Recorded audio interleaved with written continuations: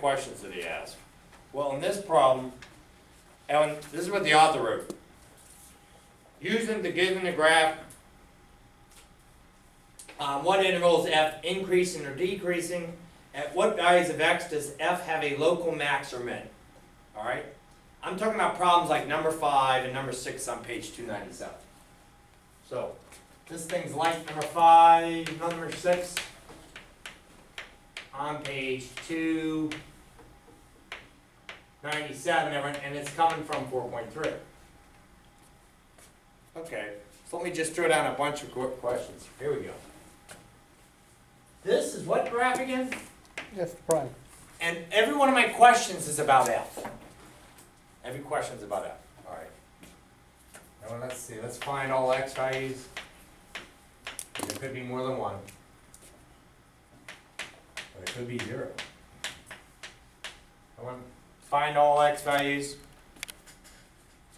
at which f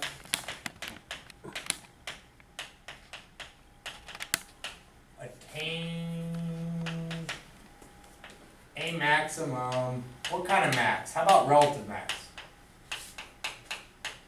So that's the local, right? That's right. Yeah. Thanks for bringing that up, Art. Sometimes they say local, sometimes they say relative, right? I'll put that in parentheses. Local. We'll put them here. If you don't feel like copying all these words, feel free to do the little, no, because I'm going to say the same thing, but right afterwards I'm going to say minimum, okay? At, if you like to use the at symbol,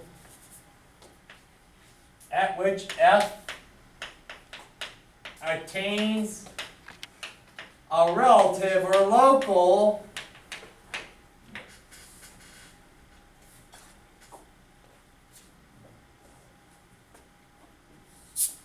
it could be more than one.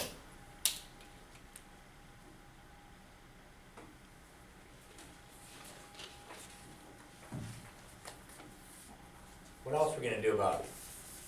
Do you notice every question is about not f prime, but what? F. Yes. Fight the next question.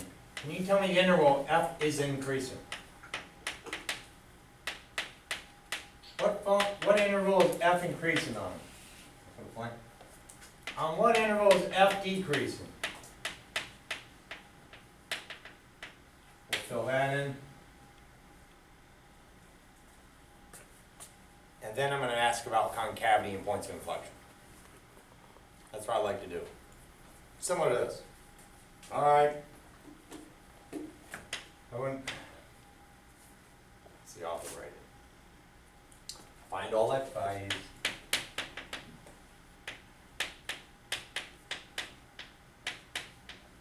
At which f attains a point of inflection. Abbreviate a point of inflection. You can write POI, or some students like to write IP. I get the IPs a lot because that's what a student took calc before. They're like, that's what my calc teacher used to do. IP for inflection point. But a point of inflection. POI, POI. More than one will put it.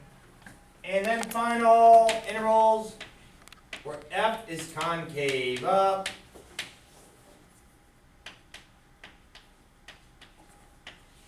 And lastly, where is f concave down?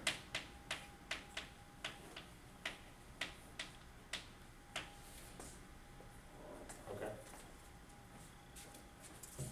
So it's abstract because we don't have f. This wouldn't be hard at all, I think, for anybody. If they give us the f graph. What makes it abstract and a little challenging, maybe abstruse, is how abstruse meaning difficult to understand. This is f prime. So we really got to live by the definitions. One thing to note, everyone, do you have to sketch f in this problem? No. But some students like to try it. I see it all the time. They take their pencil and they start trying to draw this. So where is this graph above the x-axis? All the way up to what? Negative -7. Then again from -2 to 5, then again from 5 to 11, right? That means the graph was increasing on that entire interval. That's what that means, Amber. Or anybody in here. It means F was increasing. F is going up. It's going up all the way up to -7. Then it's going up again from -2 to 5. And then again from what? 5 to 11. Because F prime means slope, and we're saying anything above the x-axis slope was positive. So sometimes the game, you're like, what's on the top? What's below? When was the graph going down, F? When was it decreasing? From -7 to -2, where else? After 11. So when I know this is a silly graph here, and I'll get your question in a second, but I know this is silly, but I'm just like, okay, this is what I know what happens. This is what F kind of does. It kind of goes, all right, it's going up, and then at -7, everyone, it reaches some highest point. Then it goes what? Then it goes down. I just want you to see this. It's like some graph went up. All right, now it's at -7. Then it goes down, and then at -2 it's at some low point, right? But when it doesn't do these straight lines, it would curve. But then it reaches the low point. Then what does it do from here all the way up to here? Goes up. It just keeps going up. It's gonna the graph's gonna go up and up and up and up and up and up and up and up. Let me get my number. Right about 11. X equals 11 will be at some, and then this was at x equal to what? -2, and then what will it do again? Go down. Because it's underneath. Cool? Right, good. Oh, cool. And I know this is silly. You see my straight lines? It's kind of pathetic. You're like, it's not going to be straight lines. It's probably be curving and stuff. But just knowing the graph doing something like this, is behave in this manner, really what? Gives you an idea how to find at least these first few questions. You can crush through this one, this one, this one, and this one, knowing that. Do you see it? It was like a game. I took my arm, I was like, where was it on top? Okay, up to there, from there to there, there to there, and where was it below? Does that sound good? Alright, so now, can you see any local maxes? You might use this to help you figure it out. That's a what? Local max. Let me put it at x equal to negative what? -7. Anywhere else? So when you okay if I write x equals -7, then I'll write x equals what? Just like that. I'll list them like that. Because they said at what x values. They didn't say, they can't ask x, y values. I didn't give any y's. Right? You couldn't ask what's the y value. You didn't give it to us. All I gave were these x's. Does that make sense? Yeah. Now, hey, you know what some students do? This is over the years. I've had some who they just memorize. They go, okay, when I look at an f prime graph, they know that if the graph ever does that from left to right, see how it did it here and here, they go, that's a max. There's a max occurring there. And they know if it ever did what? If it ever goes like that on the x-axis right here, that'll be a min. So I'm going to write that, and I always get a kick out of it. Some students like to know that. I put something like that at the bottom of my sheet. I actually included it on here. At the bottom right corner, I wrote that. If that helped anybody. I think it's more of this, though. I think it's more just conceptual, right? The graph's going up, graph's decreasing. Now it's increased, right? It increased from here to here, then the graph decreased. Does that help? So everyone, when I'm grading, I see stuff like this all the time. Sometimes I see really pretty graphs. Like the student actually took the time to really figure out the concavity and everything. Cool? But you don't have to. You don't have to. I want you to think you have to make the actual perfect graph. All right, where's the local min now? Local means -2. Someone, if you want to, there we go, right there. I mean, you want to memorize something like that, you can. Now, that means we can answer these. Where's it increasing? -∞ to 7. -∞ to 7. Oh, no, it's showing up everyone. You're like, it's increasing. Then it's decreasing. And it's increasing, right? Yeah. So let's see. From x equals negative, what, infinity? Yep. All the way to x equal to 7. -7. Boy, that's abstract, because you're looking at a picture where the thing's coming down. And you and I are saying, yeah, but f is increasing there. That's what I'm saying when I say this stuff's abstract. You're like, what? Yep, because it was above the x-axis. That means slope was positive. So I'm going to say, from -infinity to -7, let's get a union symbol ready. Because where else did he go up? Now, when some teachers would take off like a point here, I'm nice. If someone wrote this, I go, they get it, they kinda get this, but you know what I'm gonna do at 5? I'm gonna break it up again. Because really at 5, it did what? Decrease. You see it actually hit a, right here, something's going on there. We're seeing the slope was 0 there. So it was like increasing and then the slope was 0 at an instant. Right? This means slope. We're saying so slope of f. Slope of f at x equal to 5 actually equals 0. How come it's not positive infinity? From 5 positive infinity. Oh. I went from 5 to 11 because look at the end. It dipped down below again. So right after here, what did graph start doing? Because look, remember our game? Above or below? Above x-axis or below x-axis? Oh, 'cause the Below x-axis, you're like, it's decreasing. So instead, if it was like just going up like an Then you arrow, would've got it. then it'd be That's positive. exactly it. Isn't it funny? It's a game here where you and I are thinking, I'll write these words, then I'll erase it. It's like, when is the graph above this x-axis? And when is part of this graph below this x-axis? Because whenever it's above, it means f prime is positive. It means the graph's going like this. Whenever it's below, it means f prime is negative, which means the graph's going like that. And we're getting through like, oh, this abstract stuff won't get us. We got it. All right, man, we have filled out so much. Heck, when was it decreasing? So just check when it was below, Aaron, -7 to what? 2. Negative 2. -2. Anywhere else? Ah, there we go. Kelly, thanks. Amber, there it is. 11 onward, it was below. So now I'll write that code for me. Is that okay with that? Remember, I build this stuff with software when I make a test. And I'll try to mess around. It's kind of fun. I'm messing around with functions to put into some software program to make sure it has some x-intercepts and stuff. But sometimes this might be at like, you'll be like, is that -4? Is that -4.1? When it comes to answering some of these next questions, okay? I try to make them all integers. Feel free to use the closest integer. All right, now we're talking about points of inflection. This part's fun.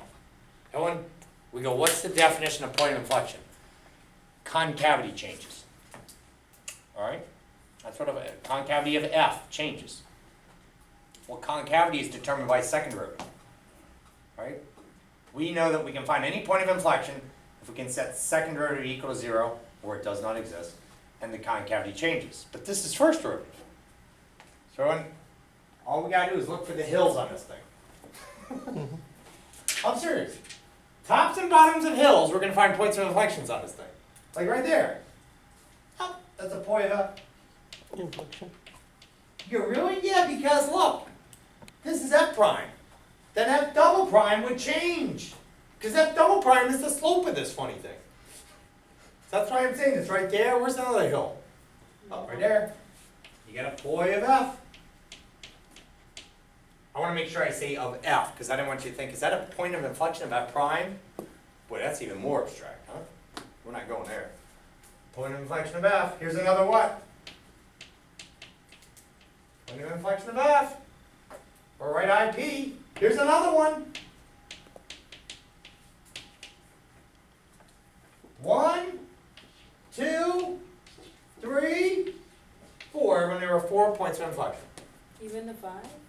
Even the 5, even though it's on the x-axis, here's what's happening. F double prime is changing. F double prime is changing, because this is f prime. It changed, slope changes. Sounds funny though, because this is f prime, and I'm talking about f double prime, which would be the slope of this. Right? F double prime is the slope. Yeah, it would be the derivative of this. Okay. Does that make sense? But so it's wherever the hill, so it's going to be where? X equal to what? -4, Where else? 1, 5, and 8.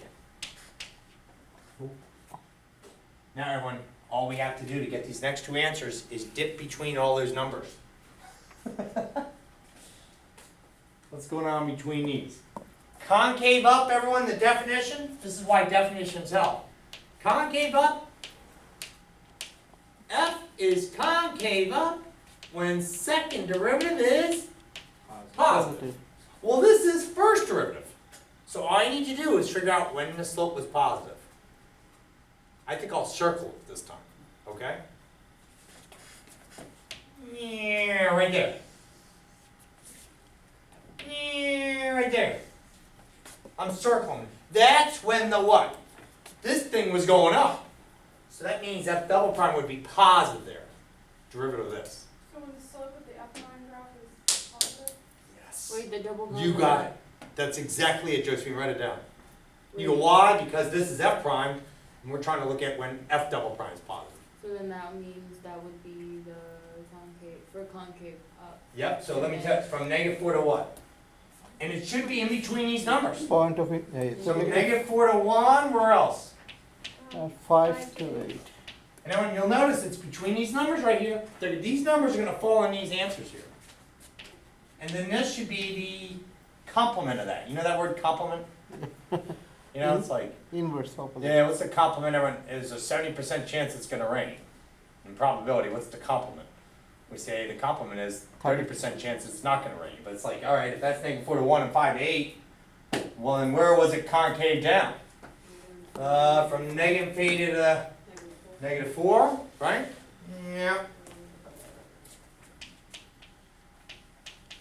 Union. 1 to 5. Anything else? Eight to infinity. You nailed it. Probably very good. Is that right there, that? What about 1 to 5? Uh-oh, did I mess up? No, I'm just not on the. Yeah, do you agree? So it went down from 1 to 5. From 1 to 5, right? Oh, I didn't see you wrote that, sorry. So right, you are exactly right. So -3 to -4, from 1 to 5, and from 8 to infinity. Right. F is concave down. Now, you know what's neat, Sarah? I've seen students draw this graph before. Now, you may like that. Some teachers like that. They like to get students into that. To me, I'm like,